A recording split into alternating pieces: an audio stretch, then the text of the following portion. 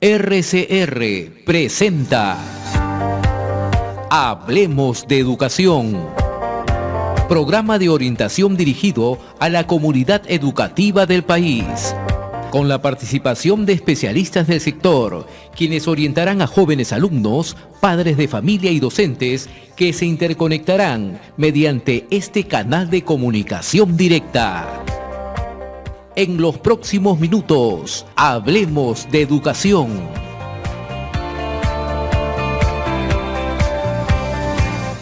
Bienvenidos, queridos amigos, a Hablemos de Educación, gracias a Red de Comunicación Regional y a todas las radios que se conectan con nosotros en este momento. Vamos a tener un programa, como siempre nos ha caracterizado, un tema formativo, un tema importante. Pero vamos a la sección de noticias, que es importante mencionar. El Ministerio de Educación ha mencionado que va a presentar un proyecto de ley al nuevo legislativo para el tema de las condiciones básicas de calidad o el licenciamiento de institutos tecnológicos y pedagógicos para que sea la SUNEDO o otra entidad similar. Eso es lo que han mencionado. Y también una noticia importante, que hay 100 millones de soles este año que van a ser destinados a temas de tecnológicos y pedagógicos para cerrar brechas de infraestructura, más que todo, según el expediente técnico que hayan presentado, que han tenido hasta el 7 de febrero los gobiernos regionales y locales. Aquí la pregunta sobre este punto es felicitarlo, porque son 100 millones a comparación del año pasado, que fueron 70 millones, pero en una entrevista antes recordamos el tema de Procalidad. Hubo un fondo en Procalidad donde se ejecutó también estos temas. Habría que hacer un recuento de cuántos millones de soles hemos metido hasta ahora, como se dice, de nuestros impuestos a ese punto, y en qué punto estamos de la brecha, de la famosa brecha de infraestructura, y no sean consultorías de diagnóstico, porque a veces somos expertos en eso, lamentablemente. Y otra noticia que sí, esta se dio el año pasado, en estas casi cerca de estas fechas, donde el Minedu ha cambiado la evaluación del sistema al enfoque cualitativo, pero ya al resto de la secundaria han dicho que va a ser progresivamente y que el alumno va a repetir solamente con la letra C, en este caso, la mitad de las competencias. Y en la mitad de las competencias obtenidas en la materia tiene C, pues el alumno repite esa materia. Y si pasan 4, pues es la repitencia del año. Esta iniciativa habría que estudiarla, lo han lanzado, pero igual todavía no queda claro cómo va a ser el enlace con las universidades o con los sistemas que te piden orden de méritos y todo ello. Creo que es un tema debatible, lo han lanzado, creo yo que puede suceder lo que pasó el año pasado, en que van a decir, esperemos un momentito, y de repente progresivamente va segundo de secundaria, tercero y progresivamente. Vamos a ver. Son noticias, esperaremos que el ministerio se pronuncie y despliegue mucho más la capacitación para los maestros en zonas urbanas y en las zonas rurales del país, que necesitan justamente esta formación de cara a que estamos a semanas de empezar el año escolar. Bien, ahora sí vamos a nuestro tema y tenemos un invitado de lujo, un invitado importante. Está con nosotros Eduardo Ladero Chacón, él es especialista en Neurofeedback 2.0 y director de Neuro. Él va a tocar el tema con nosotros hoy. Vamos a hablar sobre el tema del déficit de atención en los niños, también conocido como TDAH, pero también he visto tu currículum, Eduardo, y veo que has trabajado todo el neuromarketing, has trabajado temas de neuroeducación, y también has trabajado temas de temas del consumidor. O sea, tu área es el marketing y vas enfocado a la psicología y has entrado al campo educativo. Preséntate tú primero, por favor, Eduardo. ¿Qué eres? ¿Eres psicólogo? ¿Eres educador? ¿Cómo estás, Gustavo? Sí. Bueno, gracias por la invitación. Sí. Yo soy de profesión administrador de empresas, si bien tengo una especialización en temas de marketing, pero en el mundo comercial, que uno podría decirse, pues uno abarca diferentes aspectos, ¿no? Hoy en día estoy metido en el tema de la educación, es más, tengo muchos años en el tema educativo. Estoy metido en el tema de la neurociencia, soy parte de la comunidad neurocientífica británica, la comunidad neurocientífica europea, Y hoy manejamos en este grupo multidisciplinario, porque hoy ya no se trabaja solos, ¿no? Hoy se trabaja en equipos multidisciplinarios. Yo trabajo con psicólogos, trabajo con biólogos, trabajo con antropólogos, en 2 ramas específicas. Primero en el tema de la educación y 2 en el tema comercial. En el tema comercial, como tú bien lo has dicho, somos una de las muy pocas empresas en el Perú que hacemos investigaciones en neuromarketing, aplicando la neurociencia para entender el verdadero comportamiento de las personas. Y en el tema de la educación tenemos 2 unidades de negocio, ¿no? En la empresa que tenemos. Somos socios de un colegio, el grupo empresarial somos socios de un colegio, funcionamos en la ciudad de Huaraz, el colegio Jean Piaget, en la ciudad de Huaraz, donde aplicamos metodologías de neuroeducación hace más de 3 años, ¿no? Independiente a ello, basando ya en el tema educativo, que es un poco lo que nos lleva aquí, soy docente de la maestría en docencia universitaria en la Universidad Tecnológica del Perú. Justamente trabajo los cursos de neuroeducación y de gestión educativa. Pero un poco lo que hoy estamos cambiando o dando un aporte es diferente en este contexto, es en esta empresa que se llama Neuron, ¿no? Que es la empresa en la cual trabajamos y mejoramos los niveles de atención de los niños, ¿no? Estos problemas de déficit de atención hoy, gracias a la neurociencia, son bastante manejables. Perfecto, vamos a entrar de lleno más adelante sobre ese tema específico, pero has tocado un poco el expertise que tú tienes y bien las dos, bien claro has dicho el tema del neuromarketing, ¿no? Y el tema te has metido al tema de la neurociencia, neuroeducación. Si bien es un tema educativo, pues quiero que también un ratito nos expliques sobre el neuromarketing, en qué consiste, porque las personas que nos escuchan también dirán, oye, ¿y esto cómo es? ¿Cómo se come? ¿Cómo se hace? ¿Qué cosa es neuromarketing?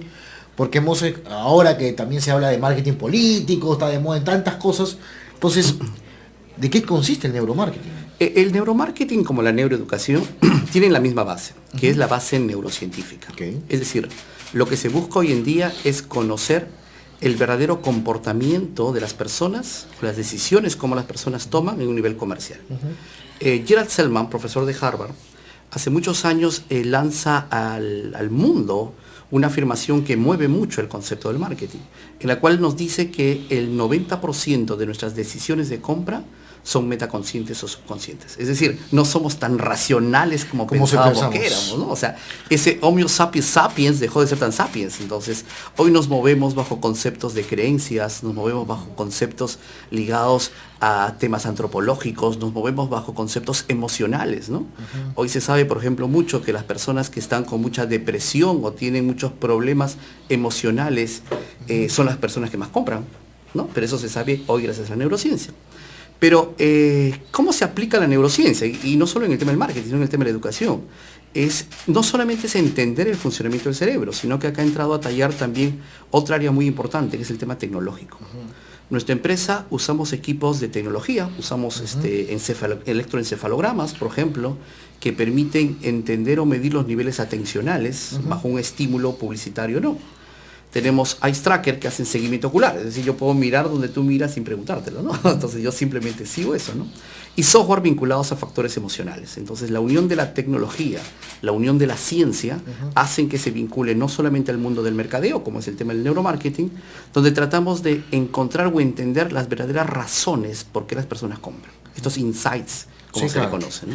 Y en el tema del neuromarketing, en el mercado peruano, son pocas empresas que hacen esto, ¿no? La verdad, he escuchado que son la única, de repente, no lo sé, pero la mayoría en el sector, o sea, hablas de psicología del consumidor, puedes hablar de el comportamiento del consumidor, hasta ahí llega, ¿no? Las carreras de psicología, me acuerdo que tienen en las mallas curriculares, tienen estos temas, y la neurociencia y la neurología lo estudian de otra forma. O sea, no hay nada relacionado como interdisciplinar como tú lo estás hablando. Efectivamente, somos muy pocas empresas. Yo, sin afán de equivocarme, no pasamos de las 5 empresas en el Perú, quizás, y de ellas más de la mitad son extranjeras, que aplicamos este tipo de estudios, ¿no? No es nada novedoso, quizás para nuestro país, probablemente que estamos en un proceso recién de cambio de adaptación. Sí. En el mundo esto se aplica hace más de 10 o 12 años, ¿no? Perfecto. Es interesantísimo, la verdad. Por eso cuando vi tu currículum que nos has pasado y nos has hablado de neuromarketing, a mí me llamó la atención. Debo ser franco, me hace bien interesante. Y vamos entrando ya de lleno al tema de la neuroeducación, ¿no? Dejamos el tema de neuromarketing, vamos para neuroeducación. Con respecto a neuroeducación,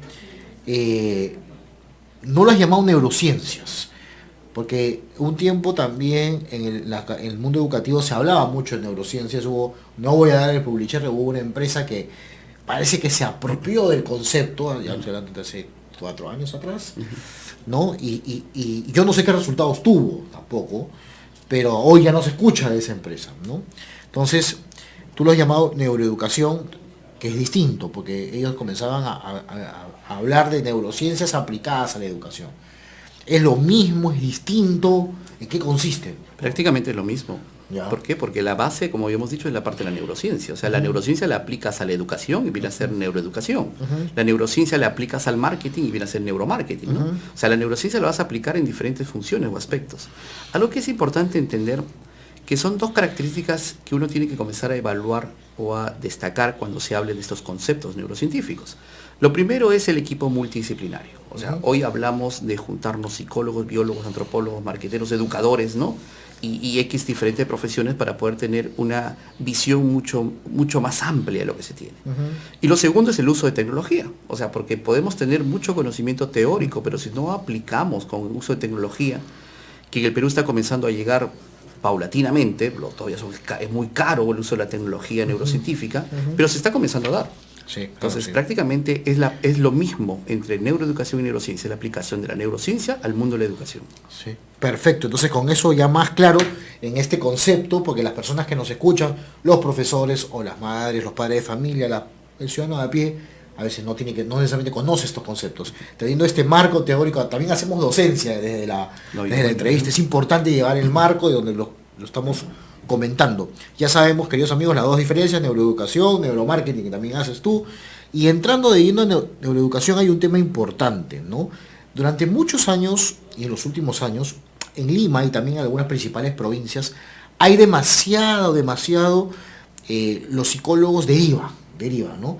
Y la famosa palabra TDAH se ha vuelto un tema que prácticamente tú analizas, no, tu hijo tiene principio de TDAH, anda al psicólogo. Entonces, tú ves una lista de los colegios que, como en el colegio no puedes hacer terapia, los mandan directamente a los centros psicológicos, ¿no?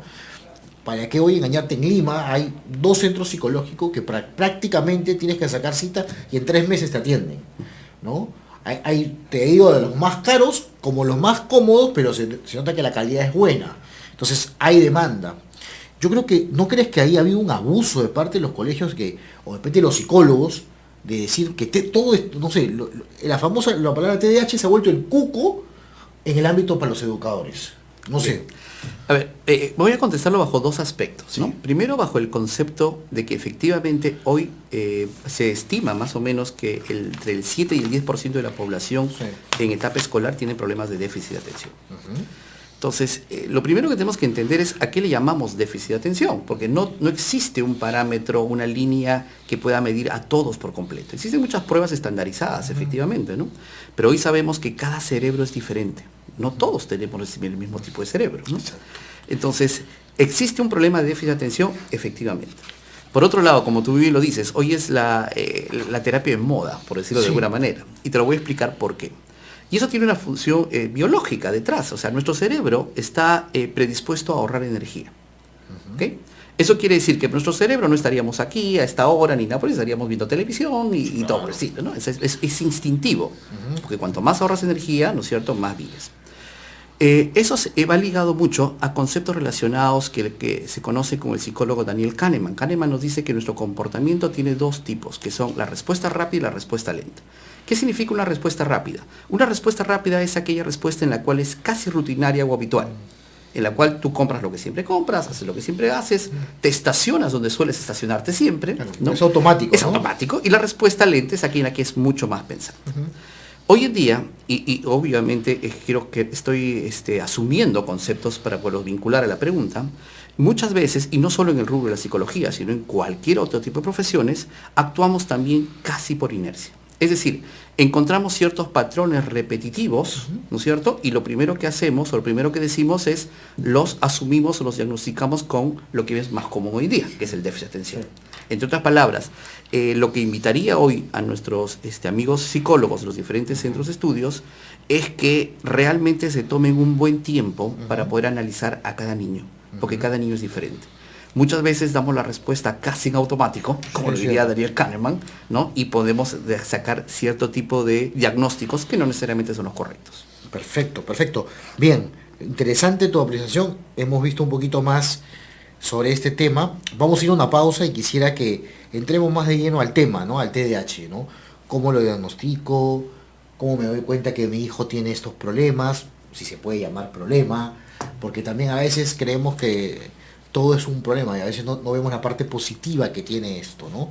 Entonces vamos a una pausa y regresamos para hablar de lleno y cómo las personas puedan, una madre que te escuche, un padre, un educador, podamos entender que el TDAH tiene bondades también, no todo es negativo, ¿no? Vamos a una pausa, queridos amigos, y regresamos en Hablemos de Educación. Hablemos de Educación.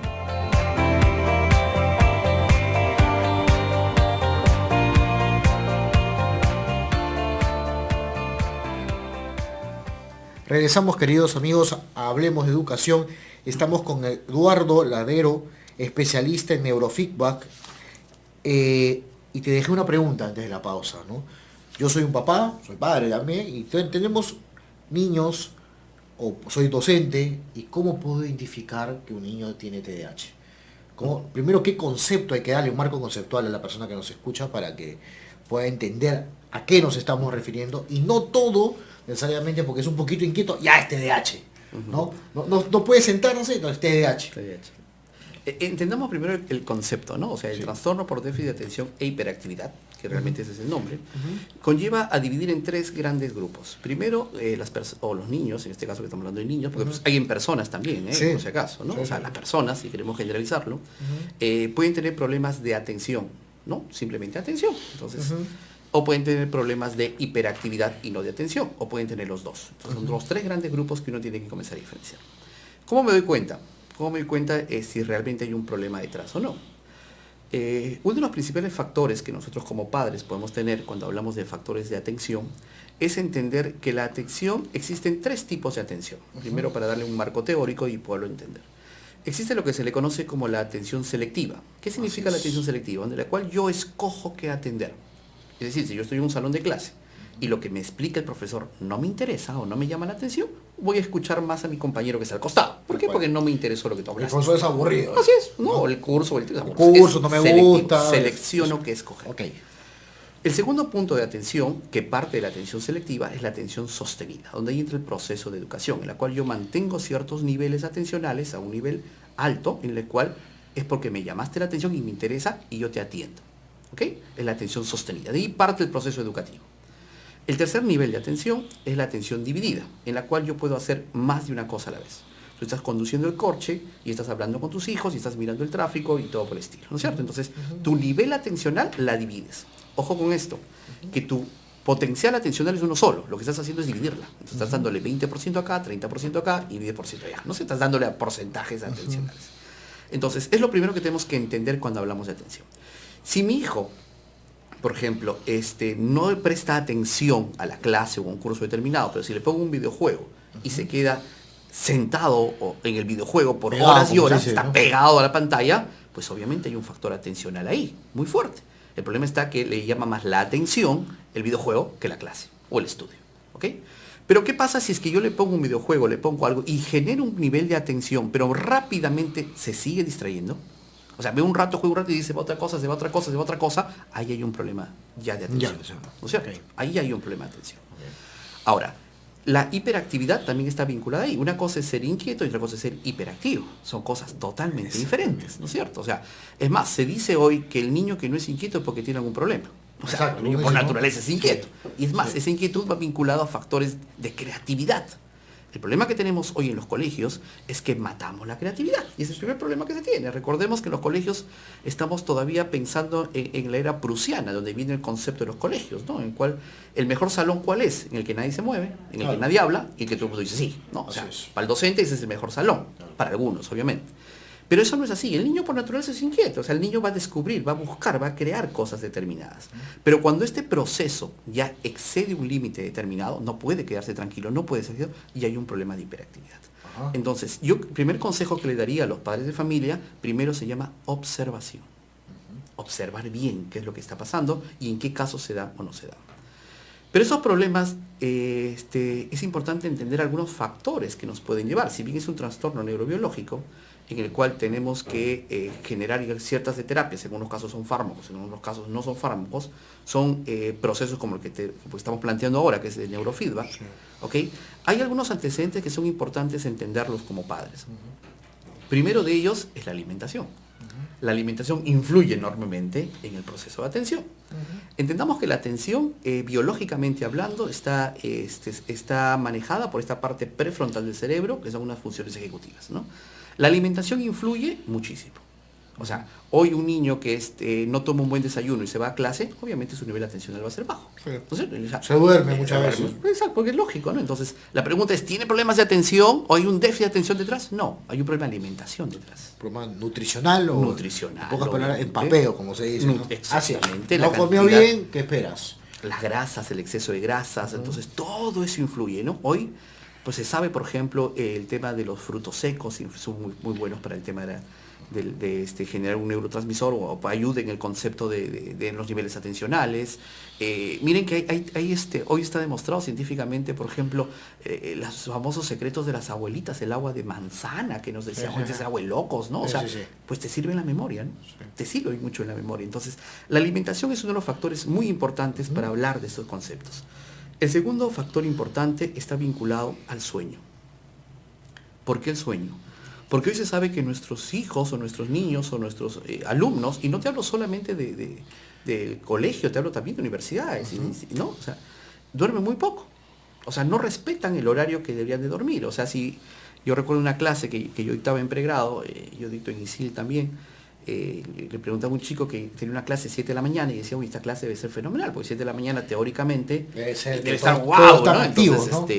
Y cuando la coordinadora me da esta clase, dije, uy, estupendo, lo va a hacer bacán. Llego a clase y la mitad del salón estaba dormido, ¿no? Entonces dije, qué raro, ¿no? O sea, algo está pasando, ¿no? O sea, lo chistoso es que esa misma clase la dictaba a las 7 de la noche con chicos que venían de trabajar y la clase era mucho más amena y los chicos estaban más despiertos. Decía, entonces algo pasa.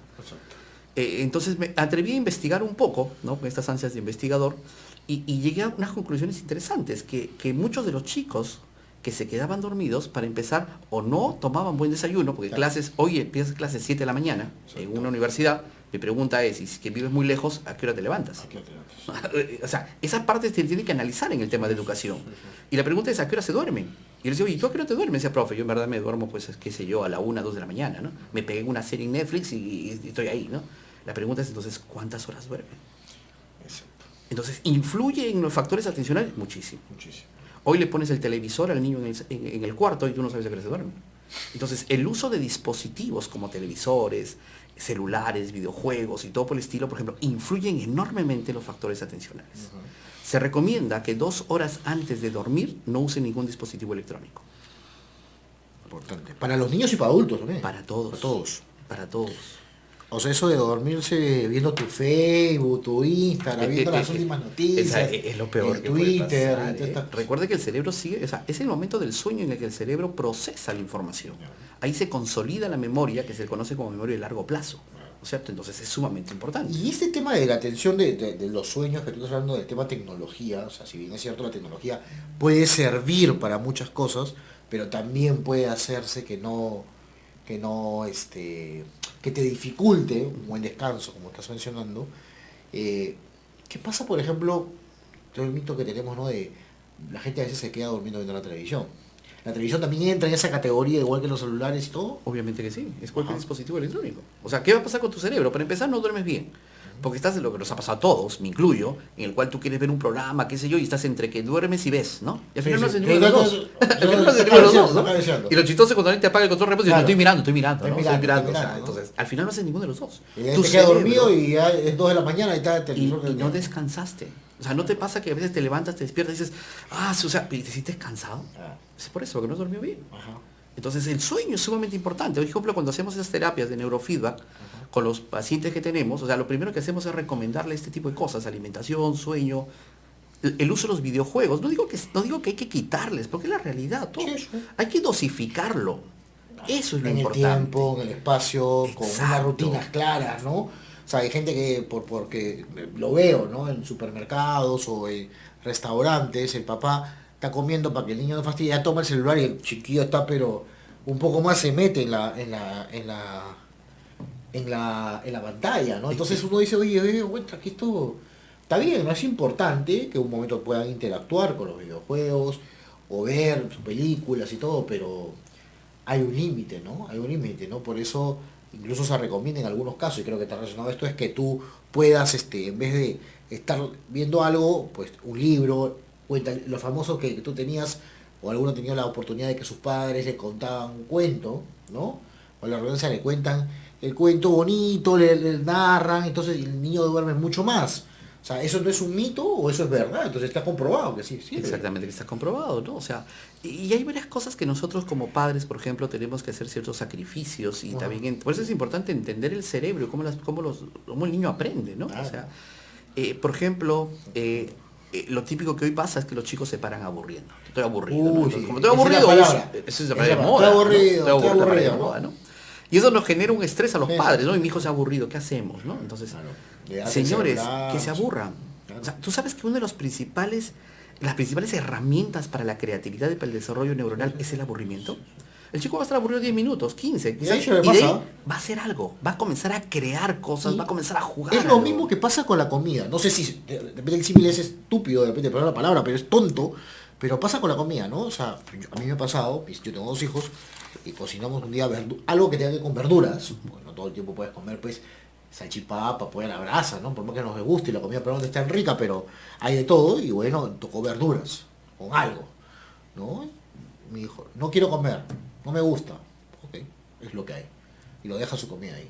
A los 10 minutos está comiendo, porque él sabe que no hay opción, pero si yo le digo, ya papito, espérate, voy a traerte papitas fritas, las grasas que tú dices, te voy a traer tus nuggetsitos y harta mayonesa y ketchup, y crees que con eso se alimentó fenomenal, ¿no? Entonces, lo mismo pasa con el tema de lo que tú mencionas, creo, ¿no? Es evidentemente lo mismo. Recordemos que las personas aprendemos en base a experiencias. El doctor Facundo Manes, neurólogo argentino, nos habla mucho de eso, ¿no? Nos da explicaciones cómo usar el cerebro. O sea, el aprendizaje no se da solamente en un salón de clase, eso es lo que tenemos que entender. O sea, estamos aprendiendo siempre. O sea, si hoy es la primera vez que estoy hablando en una radio, estoy aprendiendo. ¿Por qué? Porque tu cerebro va a aprender en función a estímulos, ¿no? Cada vez que haces un estímulo, se forma una nueva red neuronal. O sea, vas creando una nueva red neuronal, ¿no?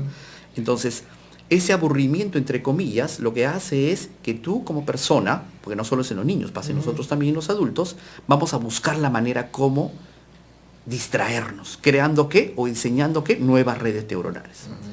Algo que es interesante, y hablando de redes neuronales, es que anteriormente se creía que la persona desde que nacía comenzaba a generar neuronas y estas neuronas iban muriendo en el camino.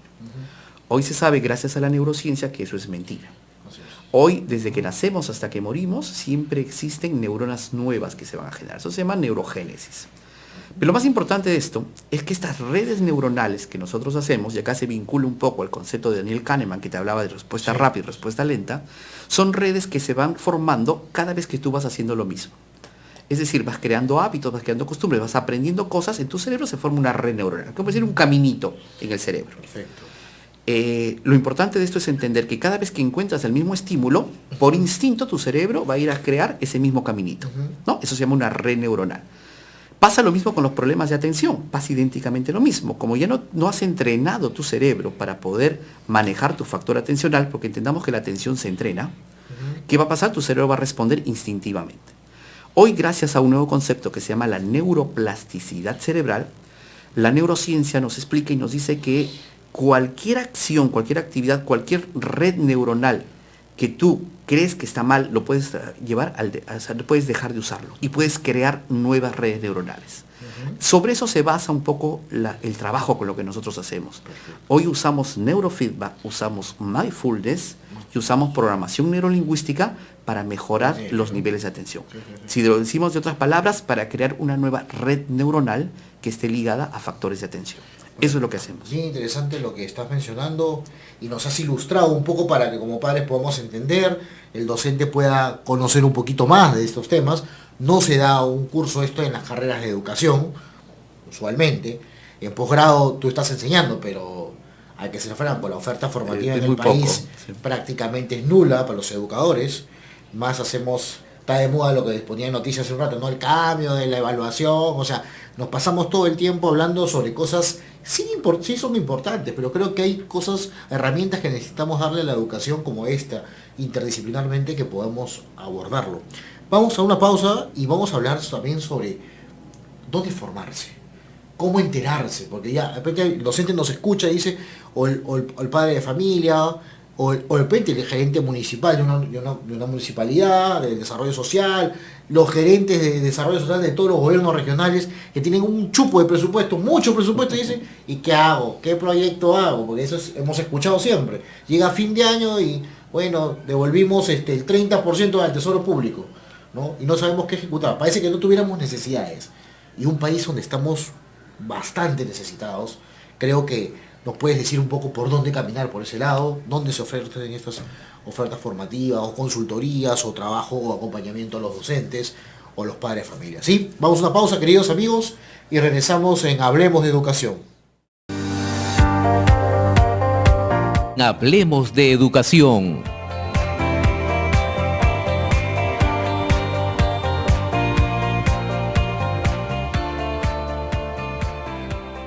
Hoy entrenamos a muchos capacitadores también, entrenamos a empresas en tema de neuroliderazgo, por ejemplo. O sea, hoy el líder no solamente es el que tiene el liderazgo por autoridad, sino hay que saber cómo llegar a las personas.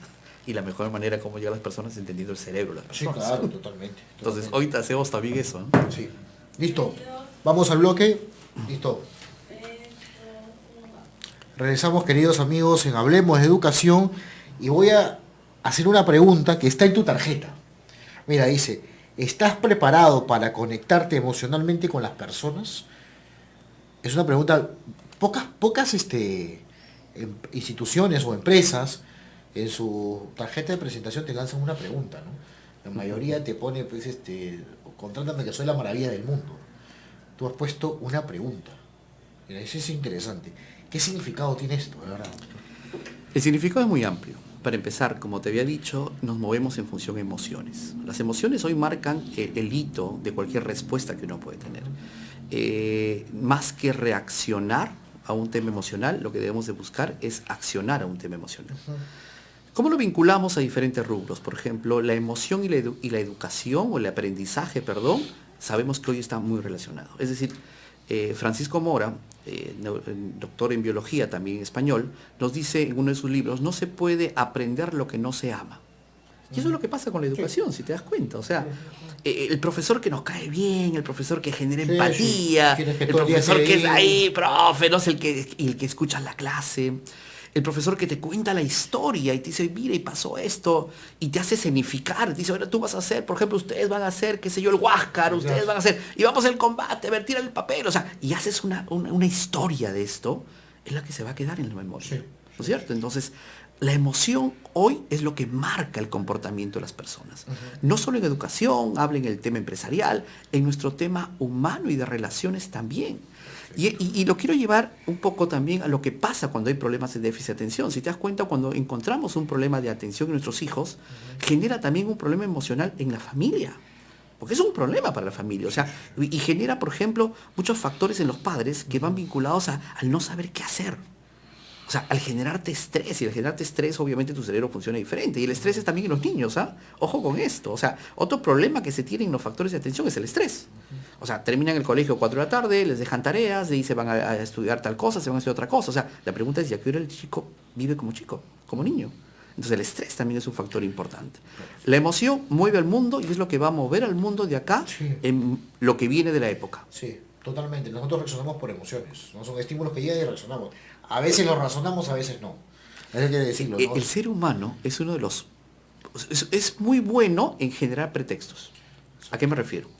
Si tú tomas una decisión de compra, por poner un ejemplo, y dices, oye, me voy a comprar la camisa que cuesta 300 soles, ¿no es cierto? ¿No? En ese momento tú lo compras emocionalmente. ¿Por qué? Porque todo el mundo lo tiene, y en ese momento estás pensando quién te va a mirar, la marca y todo lo que va a influir de ti. Pero el momento que llegas a casa, ¿cierto? Tú vas a buscar un pretexto racional, y eso somos buenos. ¿Y cuál es tu pretexto racional? Estaba en oferta, o lo necesito, hoy hacía frío, el clima está cambiando, qué sé yo. Entonces, 6 cuotas sin interés, ¿no? Ya, cualquier cosa. O sea, tu factor racional es lo que va a buscar el pretexto racional. Pasa lo mismo en todo. El día que ese niño salió desaprobado en un curso, ¿qué es lo primero que hacemos los padres? ¿A quién le echamos la culpa? Al profesor. Sí. El profesor lo jaló. Sí. Lo primero que tenemos que preguntarnos es, oye, ¿yo qué hice de repente para apoyar a mi hijo? ¿No? O sea, no excluyo responsabilidades, pero analizo, porque es un poco lo que hacemos en la empresa. Buscamos analizar comportamientos que son más metaconscientes en cada decisión que hacemos. Esto es interesante todo lo que mencionas. Y la pregunta que te dejaba antes del bloque era, ¿dónde se forma? ¿Cómo formo? ¿Cómo me capacito en estos temas? ¿Dónde buscarlos? ¿A ustedes o hay entidades, institutos, hay universidades? Tú has mencionado que enseñas en algunas universidades, pero no hay mucha oferta formativa en el país, ¿no? Bueno, vamos primero a entender los diferentes conceptos, porque hay varias cosas, ¿no? En el tema de neurofeedback, que es el uso de la neurociencia, en nuestro caso aplicamos 3 herramientas. Aplicamos neurofeedback.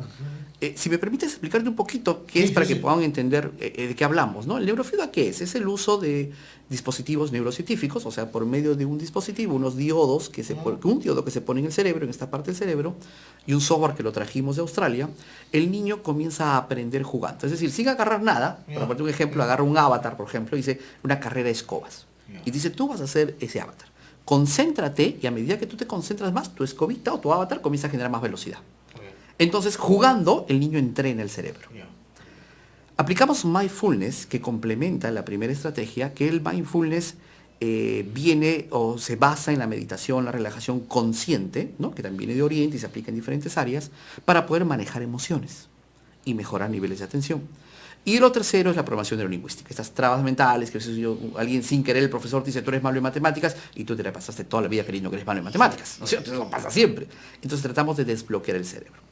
En el caso de buscar que nuestros hijos puedan mejorar sus niveles de atención con estas herramientas, somos los únicos en el Perú que aplicamos esto, ¿no? Y nos pueden ubicar fácilmente de 2 maneras. Uno, nos pueden ubicar por medio de nuestra página web, ponen simplemente neurofeedback.pe y sale nuestra página web, o nos pueden ubicar en nuestros teléfonos, que es si me permites usar el teléfono, ¿no? Que es el 7050-862, el teléfono 7050-862, ¿no? En el cual podemos nosotros atender. Estamos solamente en Lima, atendemos solamente en Lima, no atendemos en provincia. Ya, perfecto. Y aparte también hacen formación, capacitan, escuelas. Por otro lado, efectivamente, o sea, hacemos capacitaciones para docentes, podemos capacitar a docentes en temas de neuroeducación.